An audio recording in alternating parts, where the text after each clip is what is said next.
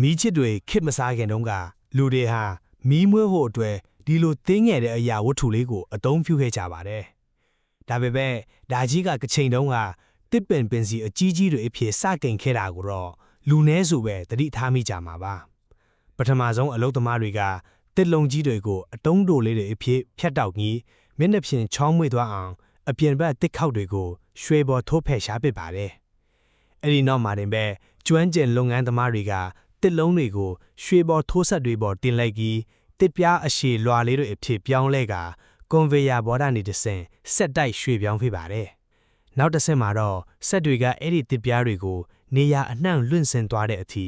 ရေတွက်လို့မရနိုင်တဲ့မိချစ်ဆန်ကြောင်းတစ်သေးလေးတွေအဖြစ်အဆက်မပြတ်လှီးဖြတ်ပစ်ပြီးနေလန်းဖို့အတွက်အပြင်မှာဖြန့်ခင်းထားလိုက်ပါတယ်။လုံလောက်အောင်ခြောက်သွေးသွားပြီဆိုတာနဲ့မိချစ်ဆန်ကြောင်းတွေကိုစူးစီးပြီးတချောင်းချင်းစီကွဲထွက်သွားအောင်တုံခါနေတဲ့လင်ပန်းတွေထဲကိုလောင်းထည့်ပါတယ်။ဒီတုံခါမှုစနစ်ကနေတဆင့်မြောက်မြစွာသောမိချစ်ဆန်ကြောင်းလေးတွေက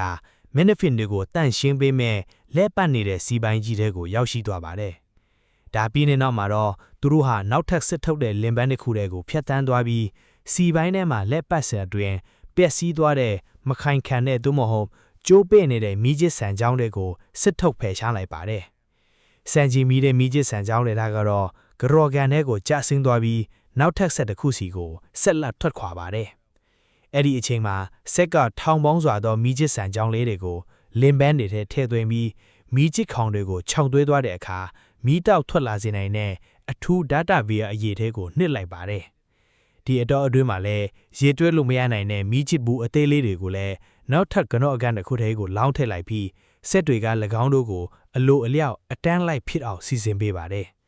နောက်ဆုံးမှာတော့အောင်မြင်စွာထုတ်လုပ်ပြီးစီးသွားတဲ့မိချစ်ဆန်တွေကိုဘူးရီလေးကိုဖြန်းထည့်လိုက်ပြီးအဖုံးတွေကိုလုံအောင်ပိတ်လိုက်ကဒီလိုနည်းနဲ့ပဲမိချစ်တဘူးကိုမွေးဖွားတန်းရှင်းပေးခဲ့တာဖြစ်ပါတယ်ဗျာ။